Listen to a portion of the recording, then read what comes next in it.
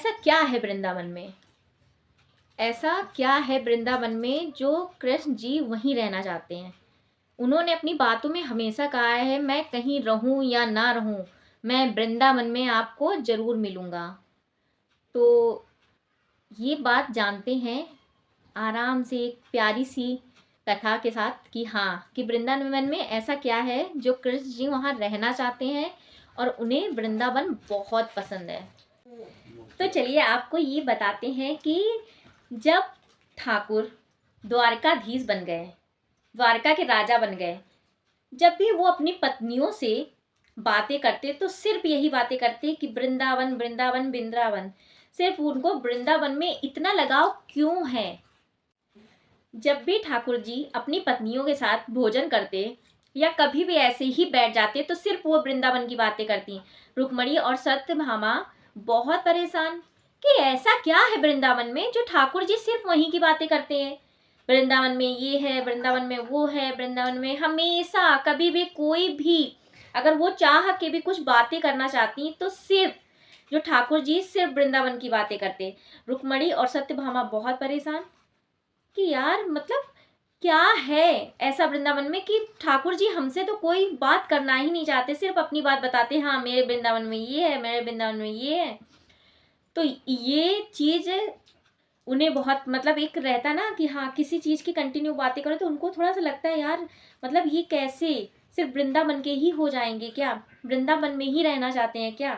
आपने हमेशा सुना होगा कहीं भी आप घूमिए तीनों लोक के स्वामी आपको वृंदावन में ही मिलेंगे। जो ठाकुर जी हैं आपको वृंदावन में, कहीं मत घूमिए। अगर आपको ठाकुर जी को पाना है तो सिर्फ वृंदावन जाइए, वहाँ पे दर्शन करिए जाके बांके बिहारी लाल के।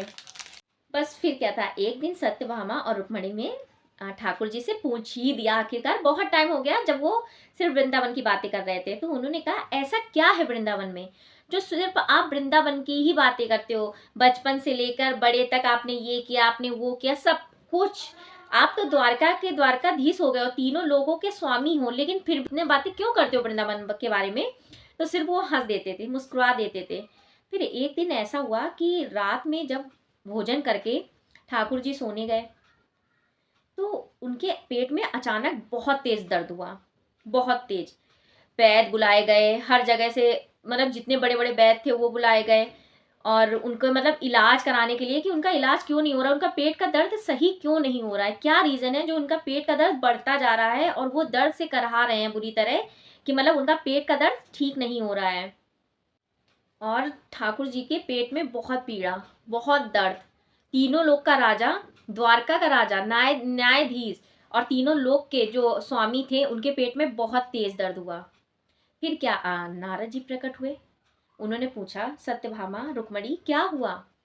तो उन्होंने बताया कि ठाकुर जी के पेट में बहुत पीड़ा हो रही है, बहुत दर्द, रात से करहा रहे हैं और पता नहीं क्या है ऐसा, उनका सही नहीं हो रहा पेट। इतने दूर दूर से हम लोगों ने वैद्य बुलाए हैं, हमने घर का भी उपचार किया, बाहर का भी उपचार किया, पर उनके पेट का दर्द अभी तक ठीक नहीं हो रहा है।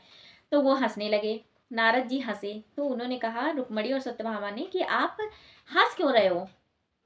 तो उन्होंने कहा कि आप किसके इलाज के लिए इधर उधर भाग रहे हो, जिनको उनका स्वयं इलाज पता है कि आप किस चीज़ से सही होंगे, वो तीनों लोक के स्वामी हैं। ठाकुर जी तीनों लोक के स्वामी हैं, उनसे खुद पूछिए कि आप कैसे सही होगे। तो दौड़ते भागते आलन फालन में दोनों पत्नियां ठाकुर जी के पास पहुंची।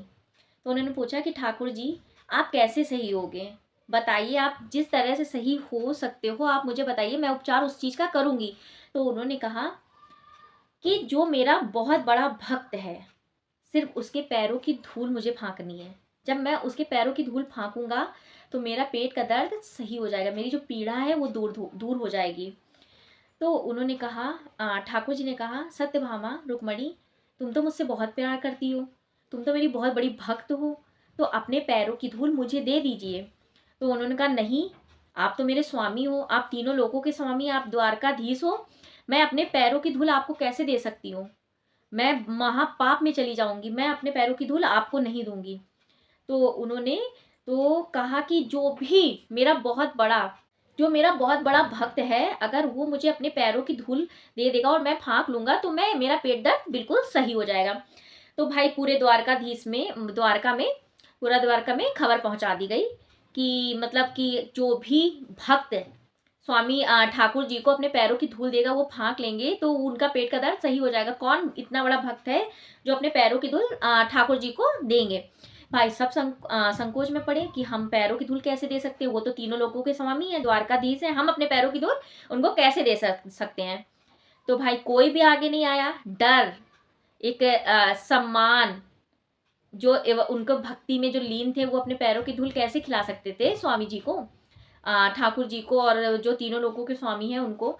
तो भाई कोई भी आगे नहीं आया। तो बहुत पीड़ा में, बहुत दर्द, उनके बहुत असहनीय है दर्द जो वो सहन नहीं कर पा रहे थे, इतना दर्द उनके पेट में हो रहा था।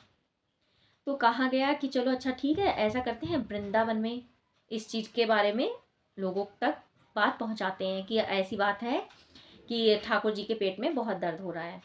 फिर क्या था, इतनी सी बात सुनकर गोकुल और वृंदावन की तरफ निकल चुके महामंत्री, जो वहाँ के महामंत्री थे, वो गोकुल और वृंदावन निकल चुके ये बात लोगों तक पहुँचाने के लिए कि ऐसी ऐसी बात है कि ठाकुर जी के पेट में बहुत दर्द हो रहा है और उनको अपने बहुत बड़े भक्त के पैरों की धूल फाँकनी है। तो फिर महामंत्री निकले, वृंदावन पहुँचे, गोकुल पहुँचे। जैसे ही गोकुल और वृंदावन के पास पहुंचा रथ उनका, महामंत्री का, तो दूर से गोपियां तालाब में अपने कपड़े धो रही थी। दूर से जब देखा, अरे थोड़ा पास आया रथ, तो देखा अरे ये तो मेरे छलिया का रथ है, मेरे लड्डू गोपाल का रथ है, मेरे गोपाल का रथ है, मेरे कालिया का रथ है, इसमें मेरा कालिया आया। वो तो बोल रहा था मैं तो वृंदावन आऊंगा ही नहीं कभी, देखा हमारे प्यार ने उसको खींच लिया, देखा आ गया मेरा ठाकुर। तो जब रथ थोड़ा पास पहुंचा तो सब चिल्ला के खूब झूम रही थी, खूब डांस कर रही थी, मतलब इतना खुश कि हाँ मेरे बाके बिहारी लाल, मेरा कान्हा, मेरा नटखट गोपाल, इतने सारे नामों से पुकार रही सारी गोपियां, बड़ी खुश, इतनी खुश कि जैसे उनकी जिंदगी आ गई है वापस, इतनी खुश थी, समझ लीजिए। वो तरह से वो काफी झूम रही थी, खूब खुश। जब वो रथ पास पहुंचा उनके, तो उन्होंने पूछा कि मेरा छलिया कहाँ है, ये कहाँ छल से छुप गया, कहाँ लड्डू गोपाल है, मेरा कालिया कहाँ है। इस तरह से एक एक करके सारी गोपियां उनसे प्रश्न करने लगी महामंत्री से। तो वो सोचे महामंत्री, अरे इस भाषा में इस तरह से तो कोई बात भी नहीं करता है ठाकुर जी से, द्वारकाधीश से, अरे ये कैसे बात कर रही है, इतना प्रेम, अथाह प्रेम जो इनकी आंखों में झलक रहा है।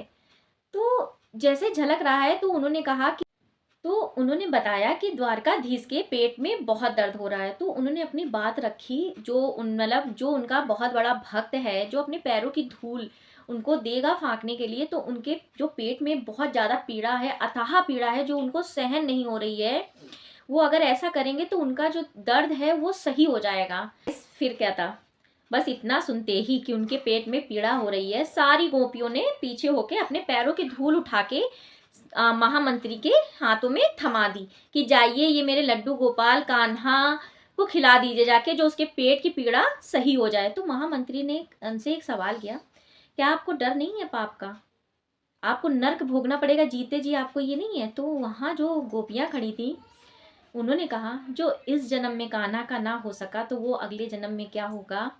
इस तरह से जो अभी नहीं कान्हा का साथ दे सकता है, तो मरने के बाद क्या होगा। तो गाइस, इससे क्या सीख मिलती है कि वो वृंदावन और गोकुल से इतना प्रेम क्यों करते थे, वो हमेशा गोकुल और वृंदावन की बातें क्यों करते थे। क्योंकि जब उनके पेट में पीड़ा हो रही थी, लोग पाप से डर रहे थे कि मुझे पाप लगेगा, मुझे दोष लगेगा। लेकिन जब गोकुल वृंदावन में वो गए, उन्होंने उनकी पीड़ा के बारे में बताया कान्हा जी के, तो उन्होंने एक पल भी अपने पाप, अपने मोक्ष एंड मरने के बाद जब उनको स्वर्ग नहीं नर्क मिलने वाला था, उन्होंने एक बार नहीं सोचा कि मुझे नर्क मिलेगा या स्वर्ग मिलेगा। सिर्फ उनको क्या दिख रहा था कि मेरे कालिया, मेरे लड्डू गोपाल, मेरे कान्हा, मेरे कृष्ण के पेट में पीड़ा है, वो दर्द नहीं सह पा रहा है। उन्होंने अपने बारे में नहीं सोचा, सिर्फ उन्होंने कृष्ण जी के, ठाकुर जी के बारे में सोचा। तो इसलिए कहते हैं कि ठाकुर जी वृंदावन में क्यों वासते हैं, वहाँ हमेशा वो उनकी जो छाया है, उनकी जो छवि है, वो वहाँ क्यों रहती है। लोग कहते हैं अगर कान्हा जी को पाना है तो आप वृंदावन जाके देखिए, लीन हो जाओगे आप उनकी भक्ति में, इतना प्रेम है, अथाह प्रेम है। जहाँ राधा कान्हा जी के लिए पागल थी, जहाँ गोपियाँ कान्हा जी के लिए पागल थे, समझ लीजिए इस तरह से कान्हा जी को इतना प्रेम करते हैं लोग कि वो वृंदावन छोड़ ही नहीं सकते हैं, कान्हा जी समझ लीजिए। तो इससे ठाकुर जी ने जब वो लेके आए जो मिट्टी थी, उनकी धूल थी, उन्होंने खाई, फाँकी, तो उनका पेट का जो दर्द था वो बिल्कुल सही हो गया। तो उन्होंने कृष्ण जी ने बताया सत्यभामा कि अब आप क्या कोई सवाल करोगे? तो उनकी जो पत्नियां थीं वो हाथ जोड़ के खड़ी हो गईं कि हमें क्षमा करिए, हमें ये नहीं पता था कि आपको इतना प्रेम करते हैं वृंदावन वाले और गोकुल वाले। तो हरे कृष्णा हरे राधा। और आपको मेरी स्टोरी कैसी लगी? ये स्टोरी नहीं, एक ये सच्ची एंड रियल घटना है जो आपके साथ हमने साझा की है और शेयर की है। तो गाइस प्लीज़ मेरे चैनल को सब्सक्राइब करिए, लाइक करिए, शेयर करिए और कमेंट करिए। कमेंट में सिर्फ इतना, हरे कृष्णा हरे राधा, जय श्री कृष्ण, राधे राधे।